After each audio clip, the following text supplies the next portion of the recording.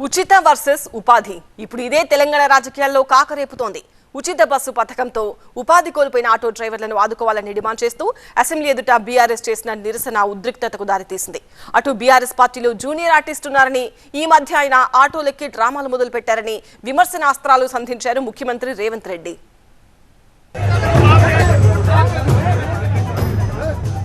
Auto డ్రైవర్ల సమస్యలపై BRS వినూత్న నిరసన చేపట్టింది. ఆ పార్టీ ఎమ్మెల్యేలంతా వివిధ ప్రాంతాల నుంచి ఆటోల్లో అసెంబ్లీకి చేరుకున్నారు.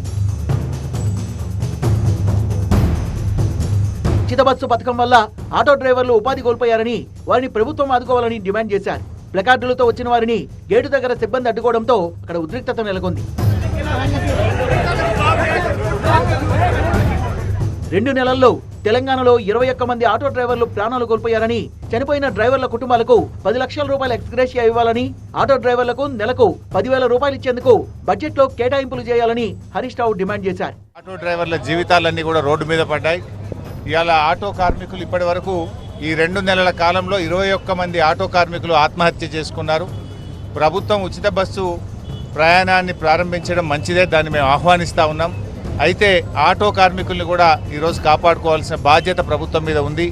రాష్ట్రంలో 6,50,000 మంది ఆటో కార్మికులు ఈఎంఐలు కట్టలేక మరి ఎంతోమంది ఉపవాసాలు ఉన్నటువంటి పరిస్థితి ఉంది.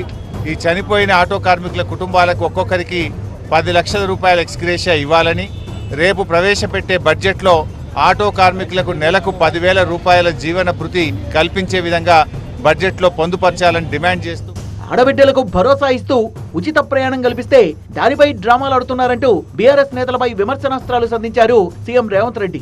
టీఆర్ఎస్లో ఒక జూనియర్ ఆర్టిస్టు ఆడేదో సమావేశానికి పోయిందంట, ఆడ ఆటో కనిపించిందంట, ఆటో ఎక్కి ఆటో రావుడు ఆఫీస్కి పోయిందంట.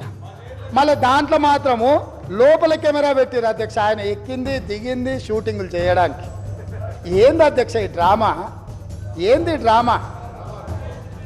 ఏంది ఇది? మేము ఈ తెలంగాణ సమాజంలో ఉన్న ఆడబిడ్డల్ని హక్కున చేర్చుకోవాలన్న ఆలోచనతోని, ఒక మంచి ఆలోచనతోటి ఆర్టీసీ బస్సుల్లో ఆడబిడ్డలకు మేము ఉచిత ప్రయాణం కల్పించినాం. మొత్తానికి ఉచిత బస్సు వర్సెస్ ఉపాధి ఆటో వ్యవహారం తెలంగాణ రాజకీయాల్లో రచ్చరేపుతోంది.